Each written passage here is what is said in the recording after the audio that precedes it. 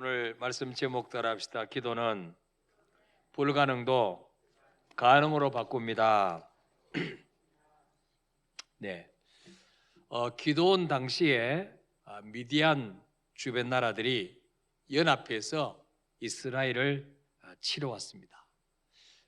바로 항복하고 그들의 속국이 될 것인지 아니면 죽더라도 한번 싸워 보기라도 해야 될지 모두가 당황하고 위기 상황에 놓여 있었습니다. 그때 하나님이 기드온을 찾아오셔서 네가 이스라엘을 미디안에서 구원해라, 그렇게 말씀하십니다.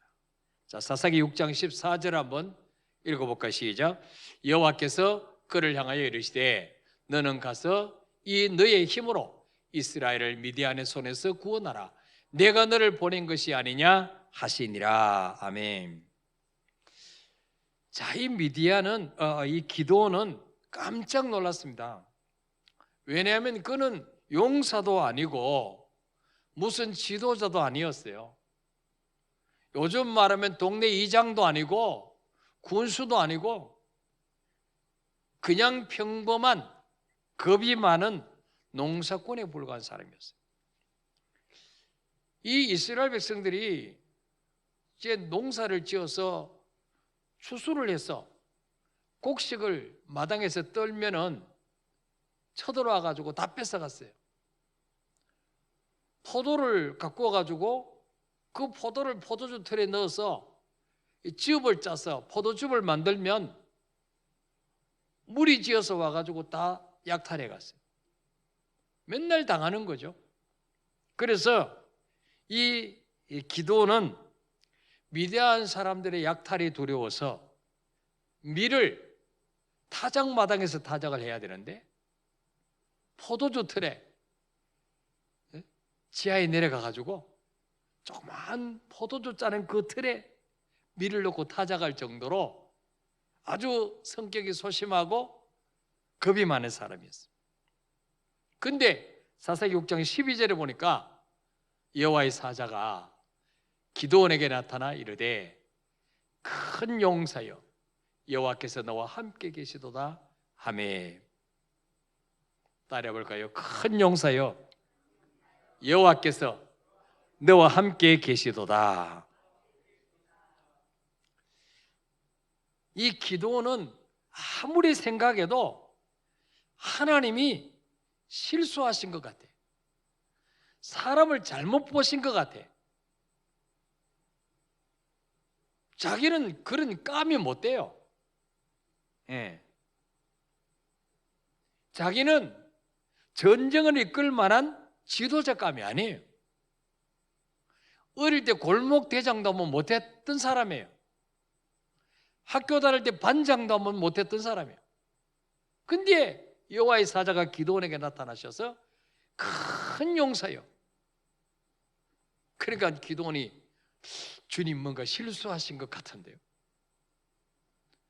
아니 저 같은 쫄장부 보고 큰 용사라니요. 말도 되지 않는 소리예요.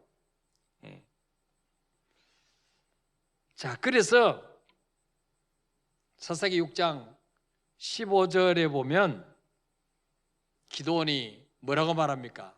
오 주여 내가 무엇으로 이스라엘을 구원하리까? 보소서 나의 집은 므낫세 중에 극히 약하고 나는 내 아버지 집에서 가장 작은 자니다. 여러분 이 기드온은요 가장 강력하고 숫자가 많은 유다 지파 사람도 아니에요. 조그만 지파 므낫세 지파 중에서도 나는 내 아버지 집에서 가장 작은 자입니다. 내가 뭘 할 수 있다고 하나님 나한테 찾아와서 이 위기에서 민족을 건져내라고 하십니까? 말도 안 돼요, 주님. 그때 16절에 주님 뭐라 말씀하느냐 읽어봅시다. 시작. 여호와께서 그에게 이르시되 내가 반드시 너와 함께하리니 네가 미디안 사람 치기를 한 사람을 치듯 하리라 하시니라. 아멘. 따라해 볼까요? 내가 반드시 너와 함께하리니. 이거 정말 아무개나 하시는 말씀이 아니죠. 우리 오늘 주의 은혜를 사모해서 모니터 앞에 앉아있는 우리 모든 성도님들에게 주님 이런 약속을 하시기를 축복합니다. 내가 반드시 올 한 해 동안 너와 함께 하리니 네가 미대한 사람 치기를 한 사람 치듯 하리라. 13만 5천 명을 치기를 마치 한 사람 치는 것처럼 그렇게 하게 해주겠다. 여러분, 그런데도 기도원은요 정말로 하나님이 자신을 통해서 정말 제 해변의 모래같이 많은 그 미디안 백성을 치게 할 수 있을까 확신이 서지 않는 거예요. 그래서 확신을 얻기 위해서 표적을 구하는 기도를 합니다. 그게 바로 오늘 본문 말씀이에요. 자, 36절, 37절 읽어볼까요? 시작. 기도원이 하나님께 여쭈되 주께서 이미 말씀하신 같이 내 손으로 이스라엘을 구원하시려거든 보소서 내가 양털 한 뭉치를 타작마당에 두리니 만일 이슬이 양털에만 있고 주변 땅은 마르면 주께서 이미 말씀하신 같이 내 손으로 이스라엘을 구원하실 줄을 내가 알겠나이다 하였더니. 아멘. 이 굉장히 유명한 말씀이죠. 우리 초등학교 다닐 때 이 설교 시간에 많이 들었던 이야기예요. 양털 이야기. 하나님 정말을 저를 통해서 일하시기를 원하십니까? 그러면 제게 확신을 주십시오. 무슨 확신이냐? 내가 오늘 저녁에 양털 한 뭉치를 타작마당 한복판에 둘 테니까 내일 아침에 이슬이 양털에만 있고 주변 마당은 뽀송뽀송하게 말라 있으면 하나님 말씀이 진짜구나 제가 믿겠습니다. 그리고 기도했어요. 자, 그랬더니 38절에 읽어볼까요? 시작. 그대로 된지라. 이튿날 기도원이 일찍 일어나서 양털을 가져다가 그 양털에서 이슬을 짜니 물이 그릇에 가득하더라. 아멘. 자, 그러고는 그날 저녁에 기도원이 기도하면서 잠이 왔을까 안 왔을까요? 과연 정말 양털에만 이슬이 내릴까? 하나님이 이런 어처구니 없는 내 기도도 들으실까? 내가 하나님을 시험하지 말라 그랬는데 이 하나님 시험하는 거 아니야? 뭐 이런 별별 생각이 다 들었을 거예요. 근데 그 다음날 여러분 보통 이슬은 언제 내려요? 새벽에 내리죠. 새벽에. 그 다음날 일찍 일어나서 왜 일찍 일어났을까? 궁금하니까. 어떻게 늦잠이 오겠어요? 궁금한데 지금 정말 하나님이 양털에만 이슬을 내렸을까? 지금 너무 궁금하잖아요. 저도 궁금한데. 그래서 일찍 일어나서 타작마당에 가봤더니 뭐요? 양털에만 이슬이 가득하고 주변 타작마당은 이슬 한 방울 안 내렸어요. 뽀송뽀송한 거예요. 그래서 그 양털을 가지고 양털을 들어봤더니 물이 뚝뚝뚝 떨어지는 거예요. 마치 물에 푹 담갔다가 놓은 것처럼. 그래서 양털을 이렇게 짜니까 그릇에 이슬이 가득했더라. 보세요. 우리 하나님이요 얼마나 기도원에게 확신을 주시기를 원하셨던지 그냥 조금만 이슬을 내려도 될 텐데 그냥 완전히 물에 담가놔서 그냥 양털을 그냥 물에 담궜다 빼놓은 것처럼 그냥 이거를 짜니까 그릇에 가득했어요. 그대로 된지라 그랬어요. 기도원이 기도한 대로 그대로 됐어요. 자, 그런데 이제 이 정도 확신을 주셨으면 이제는 주님 알겠습니다. 시킨 대로 하겠습니다. 이래야 될 거 아니에요? 근데 이거 혹시 어쩌다 그런 거 아니야 이거? 기상이변이 일어나서 이럴 수도 있는 거 아니야? 그래서 한 번 더 기도합니다. 그래도 확신이 안 서요. 다시 기도하는데 이제는 뭐요? 반대로 기도하는 거예요. 반대로. 자, 39절 읽어볼까요? 시작. 기도원이 또 하나님께 여쭈되 주여 내게 노하지 마옵소서. 내가 이번만 말하리이다 구하옵나니 내게 이번만 양털로 시험하게 하소서. 원하건대 양털만 마르고 그 주변 땅에는 다 이슬 있게 하옵소서 하였더니 아멘. 자, 이제는 마당은 전부 다 이슬이 내려서 촉촉한데 양털만 뽀송뽀송하게 해 주십시오. 그렇게 기도한 거예요. 자, 그랬더니 40절에 어떤 일이 있었습니까? 그 밤에 하나님이 그대로 행하시니 곧 양털만 마르고 그 주변 땅에는 다 이슬이 있었더라. 여러분, 이 양털은요 물을 빨아들이는 성질이 있어요.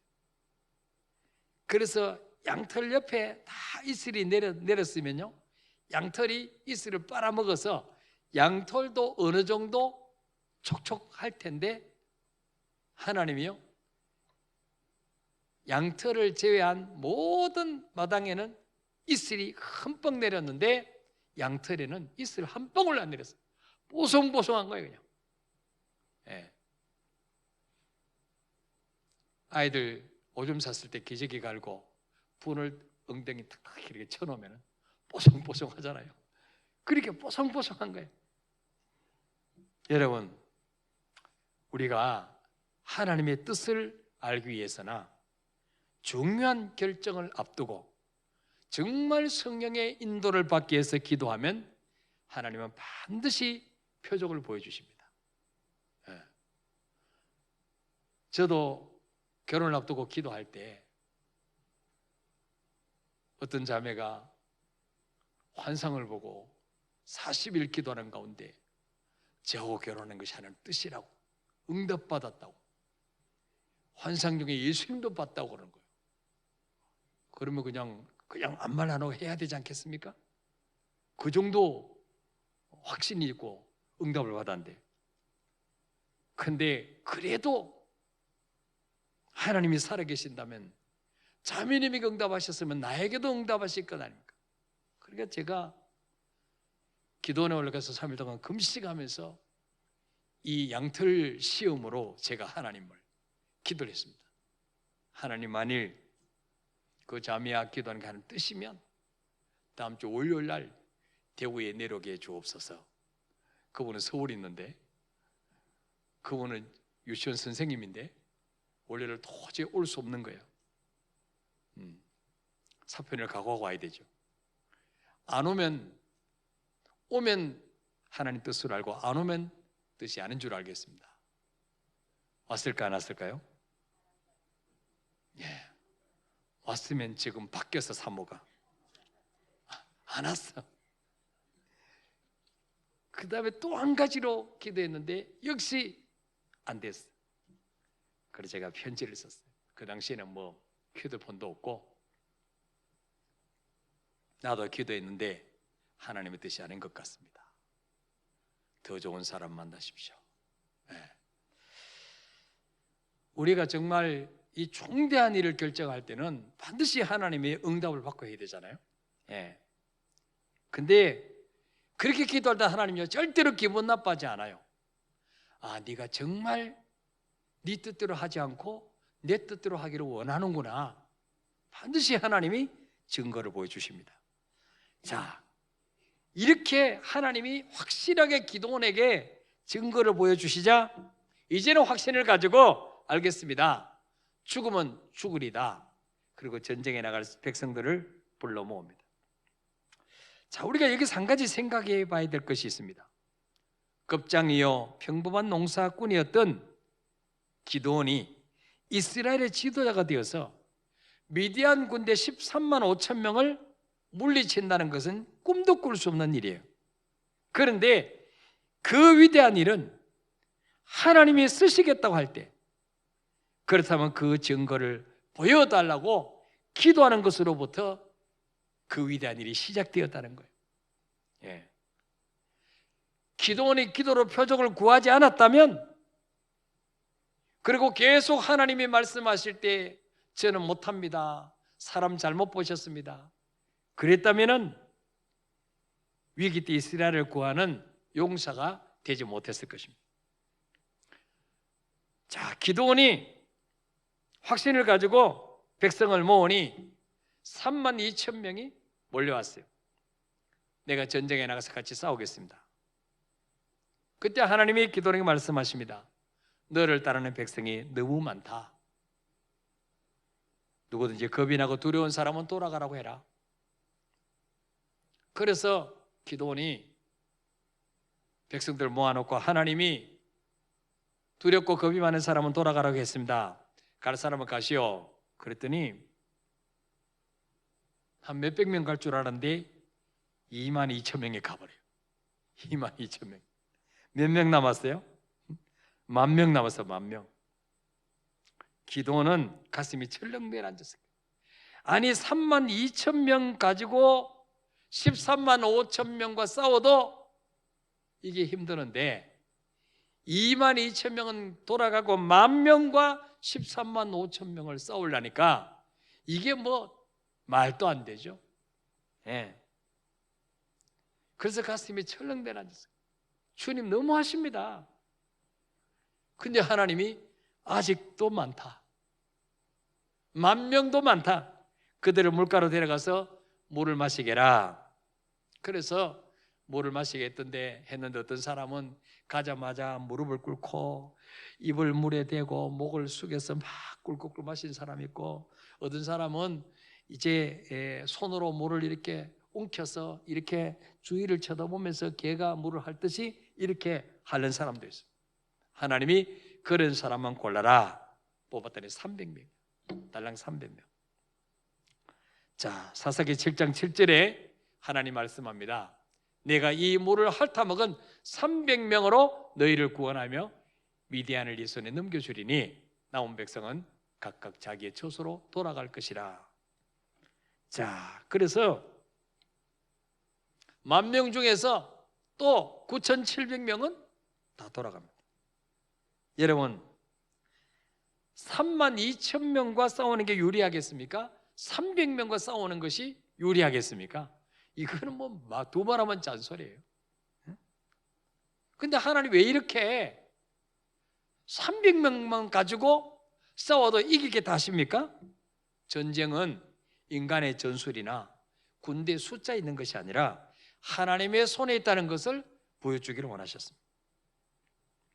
우리는 우리 생각에 가능성이 있어 보이는 것만 기도합니다. 전혀 가능성이 없어 보이는 것은 아이고 뭐 기도한다고 되겠어? 아예 뭡니까? 기도조차 안 합니다. 그렇죠? 300명 대 13만 5천 명, 이거 뭐 게임이 되겠어? 기도조차 안 하죠. 근데 중요한 것은 뭐냐? 우리 생각에 가능성이 있는 겁니까? 문제가 아니라 이것이 하나님의 뜻인지 아닌지가 문제인 것입니다. 이것이 하나님이 기뻐하신 일이라면 한 명만 가지고도 대고는 물리칠 수가 있어요. 그렇죠? 근데 우리는 이게 정말 하나님이 기뻐하신 일일까? 하나님의 뜻일까? 이것보다도 뭐예요? 이게 정말 가능성이 있을까? 이건 가능성이 없어. 이거 택도 없어. 그래서 우리 생각에 가능성이 없어 보이는 것은 아예 뭐예요? 기도조차 안 한다는 거예요. 그러니까 뭐예요? 천국은 침노하는 자의 것이다. 예. 지금도 마찬가지예요. 뭐 정부에서 뭐 필수 요원 20명만 예배드리라. 그러니까 아예 그냥 성전에 와서 예배드릴 생각을 아예 포기하고 이번 기회에 그냥 좀 쉬자. 그리고 은근히 즐기는 분들이 있어요. 예. 그럼 마귀가 굉장히 즐거워합니다.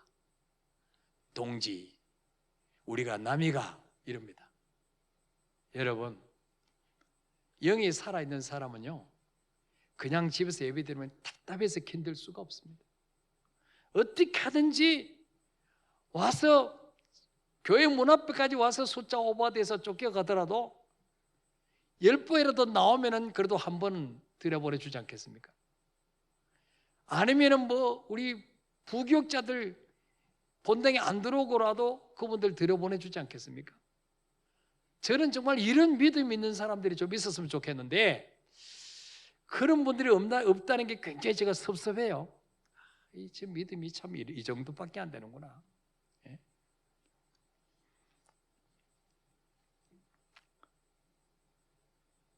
우리 교회가 우리 한 2, 3년 전에 정문 앞에 우리 390평 주차장 부지를 구입할 때에 평당 350만 원, 12억 3,800만 원입니다. 이미 교회를 건축하느라고 부채가 15억이 있었어요. 그럼 뭐예요? 이거 사면 얼마입니까? 27억 3,800만 원 빚이. 안 돼. 15억도 지금 갖기 힘드는데. 그랬으면 우리는 저 땅 못 샀어요.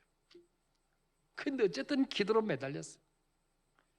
우리 5월 달부터 매일 저녁마다 교회 와서 같이 기도했습니다. 저 땅 달라고. 뭐 돈은 모르겠습니다. 주님 알아서 주시고. 근데 하나님이요, 평당 350만 원 내놓으라는 땅을 284만 원에 샀어요. 11억에 샀어요. 그것도 11억 다 대출한 게 아니고 7억만 대출하고 4억은 재정을 하게 하셨어요. 우리 능력에 맞추면 절대로 살 수가 없어요. 그러나 하나님은 부자십니다. 하나님은 전능하신 분입니다.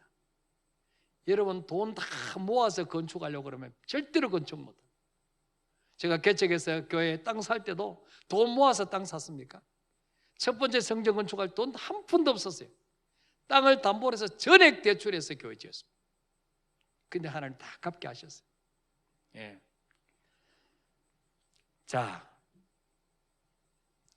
이 기도원이 이제 300명 가지고 전쟁하겠다고 하는데, 이제 하나님이 사사기 7장 9절에 나타나셨어요. 읽어봅시다. 시작. 그 밤에 여호와께서 기도원에게 이르시되 일어나 진영으로 내려가라. 내가 그것을 네 손에 넘겨주었느니라. 아멘. 하나님이 밤에 기도원에게 찾아오십니다. 300명 데리고 미디안 군사들이 진을 치고 있는 진영으로 내려가라. 여러분, 기도를 통해서 확신을 얻었다면 그 다음에 행동으로 옮겨야 되죠. 기도했으니까 하나님이 알아서 하시겠지, 그게 아니에요. 기도했으면 행동으로 옮겨야 됩니다. 믿음으로 발을 내딛어야 되죠. 하나님이 미디안을 내 손에 넘겨주셨다고 하셨으니까 이제 전장으로 나가야 됩니다. 그러나 여전히 기도원에게는 두려움이 있었습니다.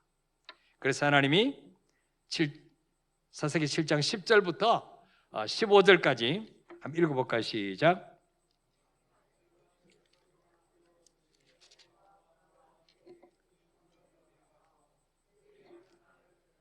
그 후에 네 손이 강하여져서 그 진영으로 내려가리라 하시니 기드온이 이에 그의 부하 부랴와 함께 군대에 있는 진영 근처로 내려간즉 미디안과 아멜렉과 동방의 모든 사람들이 골짜기에 누웠는데 메뚜기의 많은 수와 같고 그들의 낙타의 수가 많아 해변의 모래가 많음 같은지라. 기드온이 그곳에 이른즉 어떤 사람이 그의 친구에게 꿈을 말하여 이르기를 보라, 내가 한 꿈을 꾸었는데 꿈에 보리떡 한 덩어리가 미디안 진영으로 굴러 들어와 한 장막에 이르러 그것을 쳐서 무너뜨려 위쪽으로 엎으니 그 장막에 쓰러지더라. 그의 친구가 대답하여 이르되 이는 다른 것이 아니라 이스라엘 사람 요아스의 아들 기드온의 칼이라. 하나님이 미디안과 그 모든 진영을 그의 손에 넘겨주셨느니라 하더라. 기드온이 그 꿈과 해몽하는 말을 듣고 경배하며 이스라엘 진영으로 돌아와 이르되 일어나라, 여호와께서 미디안과 그 모든 진영을 너희 손에 넘겨주셨느니라 하고. 아멘. 자, 보세요. 하나님이요, 우리를 너무나 잘 아십니다. 그렇게 확신 주시고도 여전히 기드온이 겁이 있으니까 더 확실하게 네가 여전히 두려우면 부하 데리고 진영으로 한번 내려가 봐라. 내려가 봤더니 미디안, 아멜렉, 동방의 모든 사람들이 거기에 모여가지고 골짜기에 누워 자는데 메뚜기의 많은 수와 같더라. 12절에 보니까. 예. 낙타의 수가 해변의 모래같이 많다 그랬어요. 근데 그곳이 이래서 보니까 어떤 사람이 꿈을 꾸고 깨어서 이제 꿈 이야기를 하는 거예요. 꿈에 보리떡 한 덩어리가 미디안 진영으로 떼골 굴러오더니 한 장막을 치니까 그 장막이 무너지더라. 여러분, 보리떡이 무슨 뭐 바위만 하겠어요? 보리떡이 얼마나 하겠어요? 요만하지. 커봤지 요만하겠어요. 호빵 뭐보다 크겠어요? 근데 그게 뭘 무너뜨려요? 장막을 무너뜨려요. 장막을. 에? 그랬더니 말이죠, 또 한 사람이 또 해몽을 해주는데, 그거 이스라엘 사람 기드온의 칼이야. 기드온이, 하나님이 미디안과 모든 진영을 그의 손에 넘겨주었다는 뜻 아니겠어? 누가 뭘 해석해 달라 그랬어요? 자기들이 알아서 해석하는 거야. 그러니까 뭐예요? 이게 누구 음성이에요? 하나님 음성이에요. 그러니까 기드온이, 이거는 뭐 누워서 떡 먹기다. 이미 주님이 다 작업해 놓으셨구나. 그리고는 진영으로 와서 일어나라. 여호와께서 미디안과 그 모든 진영을 너희 손에 넘겨주셨느니라. 자, 그래서 300명을 세 대로 나눕니다. 그리고 칼은 들고 가지 않고 각 손에 나팔을 하나씩 들고, 다른 손에는 빈 항아리를 들고 가는데 그 항아리 안에 횃불을 붙여서 안 보이게 감추게 하고 적진 들어갑니다. 그리고 기드온과 그를 따르는 100명이 나팔을 볼 때에 일제의 신호에 맞춰서 양사방 흩어져 있던 100명들 300명이 일제히 나팔을 봅니다.